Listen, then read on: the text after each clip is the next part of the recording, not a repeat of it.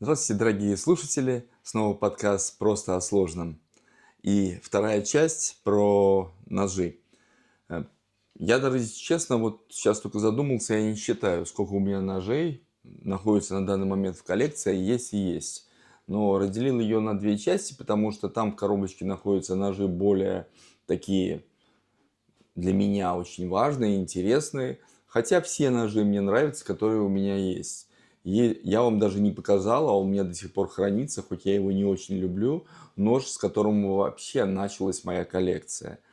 Как и те ножи, так и эти, вторая часть, у меня они содержатся не в коробке, они у меня содержатся вот в такой вот красивой очень сумке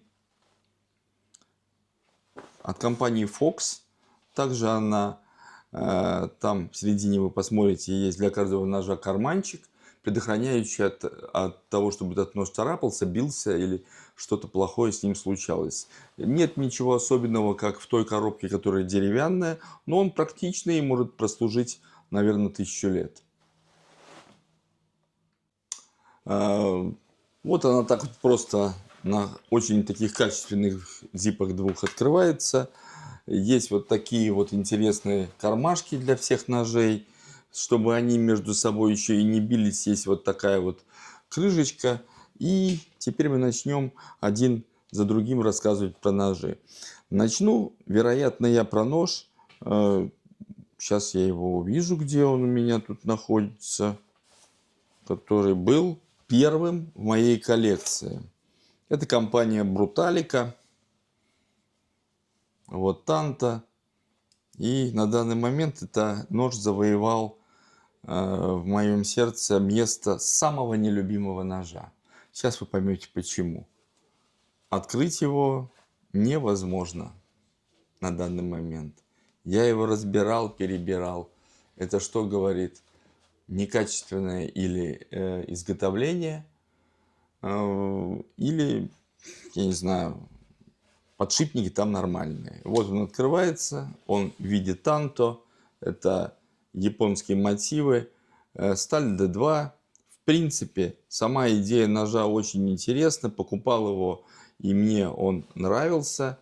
На данный момент из-за его механики я им не пользуюсь. Закрывается он, несмотря ни на что, очень просто. Но когда он заходит в середину, у него происходит такой как бы щелчок. Вот он. И открыть его потом одним пальцем невозможно. Я должен немножко его поддеть. То есть там сломался или шарик, или что-то, я не знаю. Я пробовал его разбирать, но как-то мне это не помогло. Это первый нож, с чего началась моя коллекция. Теперь нож легендарный тоже.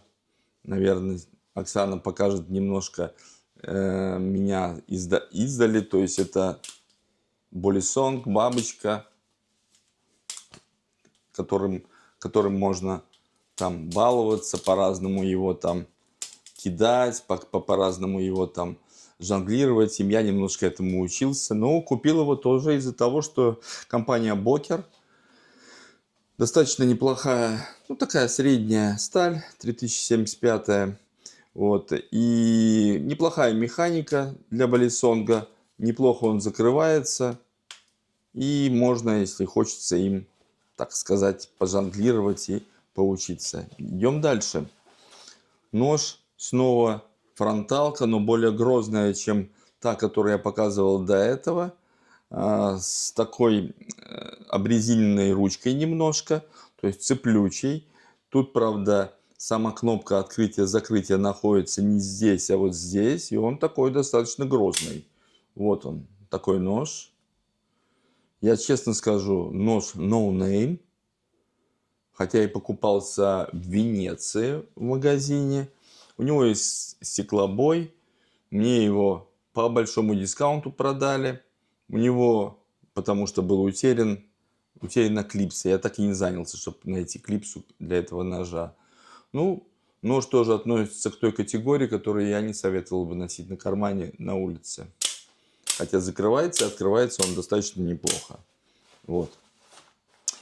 Следующий нож, который долго входил, и вообще компания Civivi. В прошлом обзоре, вы помните, я показывал лимитированную версию. Здесь нож вообще очень универсален тем, что его можно открывать и за шпинек, и за вот эту вот как бы углубление, прорезь в лезвие, и за саму за сам плавничок. Вот он так открывается, но чтобы его закрыть, у него применяется лок. Вот он в середине, вот такой вот лок. Нажимаешь на кнопку, он опускается вниз. У него есть подобие шарика стеклобоя. Нож очень легкий, сделанная ручка из титана. И неплохая сталь. D2 Stonewash. Если история Stonewash, что это такое, чтобы вы поняли, это просто после заточки, после придания уже лезвию более-менее, не заточки, а приданию лезвия более-менее вот такого нормального вида. Он бьется такими как бы маленькими камушками и в большой центрифуге и приобретает такой вот матовый оттенок. Называется поэтому Stonewash. Вот пришла самая главная любительница тоже папиных обзоров. Она знает, что если это папина или если это что-то такое у папы появилось, надо обязательно это отметить, что это не только папина, но это мое. Я очень люблю ее, и мы ей, Машеньке, позволяем это делать, поэтому она не будет ни в коем случае мешать нашему обзору. А мы будем продолжать. Смотрите, интересный нож, и угадайте почему. Он куплен мной, интересен тем, вы даже не поверите, это производство Латвии. Нож выполнен в Латвии, не отмечена, правда, никакая сталь, но она такая острая. Рыбку порезать или картошечку вполне. У него здесь янтарь, действительно янтарь, это не пластик. И он очень интересный в закрытии, он автоматический нож. Ты его закрываешь и здесь вот фиксируешь такой вот сверху штучкой. То есть нажать, он не будет открываться. Для того, чтобы он открылся, вам надо отвести вот эту вот шпинек назад, и после этого он только выстрелит. Тоже не советую носить такого плана нож на кармане, хотя вот этот шпинек придуман специально, потому что одно из ограничений — нож не должен быть открыт одной рукой. Вот в чем дело. Вот я его закрыл, он хорошо закрывается, механика неплохая. Вот интересный ножик. Тоже от компании Böker No Magnum. Это уже китайское подразделение компании. Сталь 440A. Тоже Stonewash. Интересен вот чем. Если вы посмотрите, он прямо вот с такой прозрачной ручкой. Все пропилено, вся пропиленная. И выглядит он достаточно так интересно в руке. Ничего такого, он очень неприхотливый. Никакого пластика, ничего нету. Но механика, ну, Китай. Если Китай делает Civivi, это их компания, они делают хорошо ножи. Если они делают для кого-то, они, наверное, не особо и стараются. Еще интересный нож. У меня этой компании несколько ножей. Это компания Ruk. Это финская компания. Я его брал даже один раз с собой в рейс. Очень интересная тоже сталь D2. Очень точильная, и он безумно агрессивный. Посмотрите, какой. Ух, какой хищный. Берется в руку очень хорошо. Здесь накладки из G2. Лайнер лок. Очень хорошая клипса, глубокая. Он почти не вылазит за пределы штанов. И механика достаточно приличная. То есть он мягенько открывается с таким приятным щелчком. Из этого ряда, чтобы приступить к другому ряду, у меня еще одна есть вещь, которую нельзя отнести к ножам, но она очень острая. И я иногда ей даже пользуюсь. Это подарок моей любимой жены. Как хороший подарок для мужчин. Это опасная бритва компании Böker. Она купила для нее вот такую красивую кожаный футляр. Вот она, опасная бритва, дерево, прекрасный значок компании Böker. Она безумно острая, просто безумно острая и очень харизматичная. Этот раз почему-то я и не побрился, но, может быть, чем черт не шутит. Может, еще и есть шанс побриться. Я прям медитирую, когда бреюсь такой бритвой. Очень нравится. К ножам не относится, но тоже в коллекции, будем так говорить. Вот. Следующий нож. Тоже компания Böker, тоже Magnum. Вот такой вот клинок стали 440A. Чем привлекло? Очень интересно клинок выполнен. Видите, такие как бы сквозные дырочки. И вот так вот черный он пропилен, как бы затемнен. Сама ручка, она тоже металлическая и просто затемнена. И в конце есть стеклобой. Нож хищный, заточен с одной стороны. Выглядит достаточно так интересно. Механика, как и на прошлом ноже Böker Magnum от Китая, усредненная. Но хотя, если нажимать вот на этот плавник и делать легкое движение рукой, он открывается нормально, как и тот нож тоже. Тоже лайнер-лок. Очень так мягко закрывается он. Очень хороший. Теперь снова нож от компании Бруталика. Вы помните, мой первый был нож от этой компании. И теперь снова его показываю тоже от этой компании. Но здесь механика на уровне. Вот он. Такой Hermes. Тоже от этой компании. На него я темляк вот такой интересный повесил. Тоже брал его один раз в рейс. Такой хороший ножевич со сталью D2. Порезать колбаску или сыр в каюте самое то. Прекрасно открывается, лайнер-лок. Если видите, он прямо щелкает, вылетает. Ручки, кстати, не G2, а дерево. Очень прекрасно сделан, очень красивый, харизматичный, интересные своды такие. Очень прекрасно сделан. Следующий нож от компании Kershaw. Но это тоже подразделение китайское. Как я говорил, что китайцы для себя делают очень хорошо, если взять Civivi, а для других компаний не очень. Но для Kershaw, наверное, они с американцами хотят дружить, выполнено неплохо. Этот ножик такой маленький, более-менее миниатюрный, металлический. Я не верю, что это титан. Это какой-то тоже Stonewash. Open from lock. Видите, все видно. Он такой легкий очень. Открывается, можно открыть, конечно, шпиньком. Я открываю плавником. И он тоже с ассистом. Я даже был удивлен, потому что в основном, если ножи с открытым таким вот локом, они не с ассистом. Такие пропилы находятся. Он такой неплохой. Вот так он открывается. Тоже очень такой интеллигентный, очень красивый. Made in China, естественно. Там написано. Но вот этот нож достаточно неплохо. Что мне не нравится в ассисте? В отличие от простых ножей, если вы посмотрите вот на такой нож, он не закроется. Вы должны надавить, тогда он только закроется. Потому что там как раз пружина. И вот он вылетает. Многим людям, которым пружина не нравится, они просто ее оттуда вытаскивают, разбирают. Потому что я этим не занимаюсь. Теперь интересный нож. Тоже от компании Бруталика в содружестве с одним очень интересным дизайнером. Аматеус нож называется, если не ошибаюсь. Это такой штыказоид. Он даже сам по себе выполнен в таком дизайнерском стиле. Какие-то в нем гладиаторские есть формы. Сейчас вы посмотрите, когда он открывается. Вот он открылся. Вот он.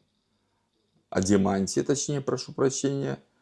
И нож Samson, сталь D2. И он чисто сделан в Европе, никакой не Китай. Ну, вот что-то мне вот из-за того, что есть такие гарды закругленные, сам нож и вот такой вот, так сказать, кровосток, и вот так вот сделан спуск, это фальш-спуск, заточка только с одной стороны. И вот он так выглядит, это какие-то такие гладиаторские мотивы.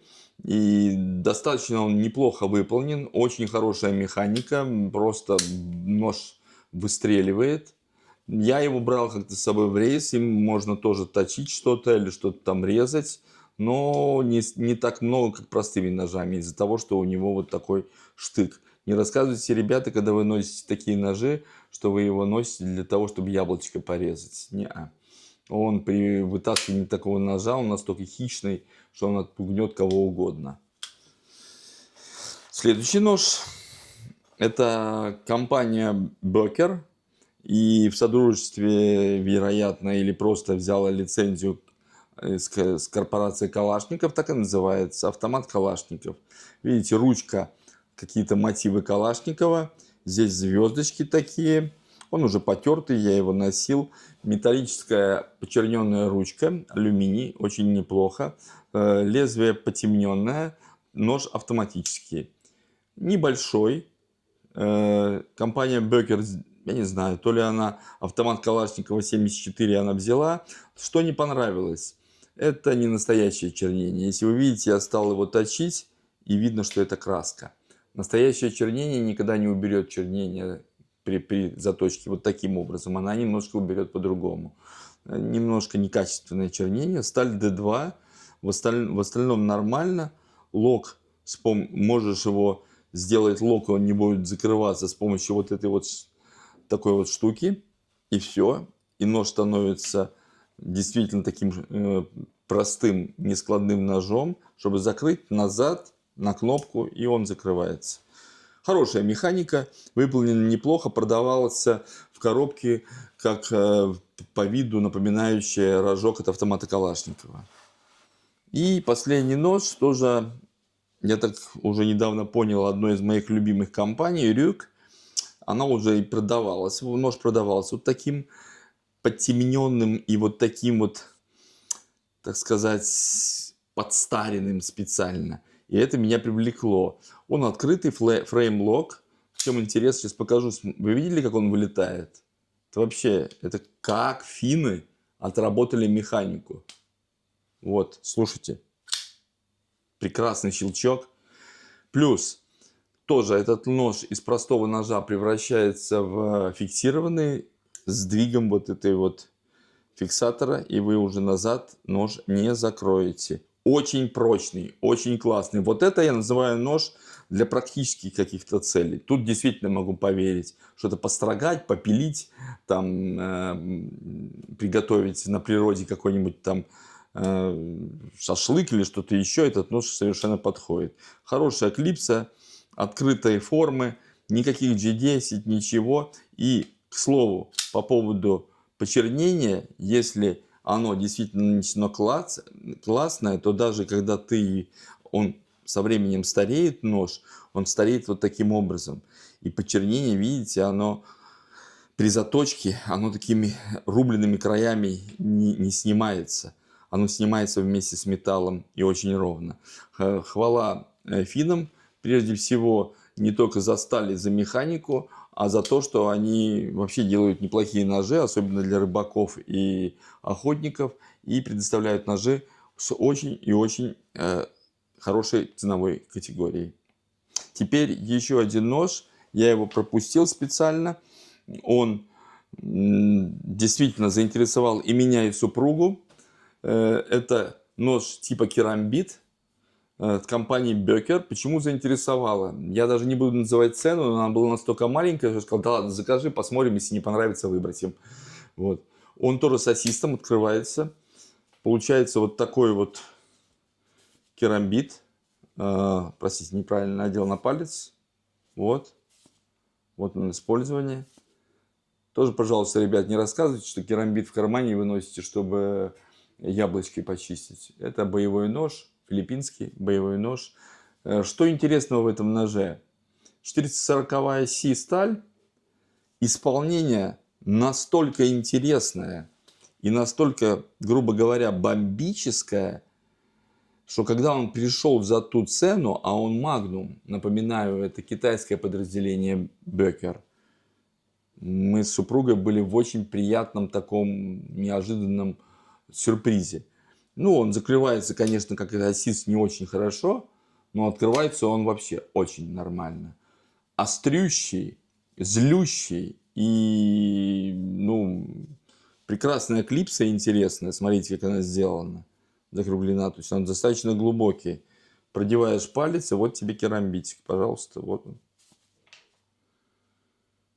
Вот таким образом он нас удивил и вошел в коллекцию, потому что когда мы покупали, он был настолько дешевый, что я сказал, что ну ладно, не понравится, картошечку будем им резать, рассказывать людям, что мы керамбитом картошку режем. На этом простых ножей я заканчиваю показ простых ножей. Хочу сказать, что если будет пополняться, я обязательно вам тоже про них расскажу. Если кому-нибудь понравилось какой-то из ножей, пожалуйста, дайте мне знать. Я обязательно более подробно расскажу про этот нож, где я его купил и что он из себя представляет. Еще раз прошу, пожалуйста, подпишитесь на мой канал, поставьте лайк или дизлайк этому видео в зависимости от ваших предпочтений. И следующее видео про ножи уже будет не про ножи, а следующее видео будет про то, как я их точу. У меня есть две точилки и еще несколько прекрасных камней, с помощью которых я довожу ножи до безумной остроты. А также я могу вам показать не коллекцию, а набор ножей японских, которыми мы с супругой пользуемся на кухне. А на этом я заканчиваю мой подкаст. Большое спасибо за внимание. До следующих встреч.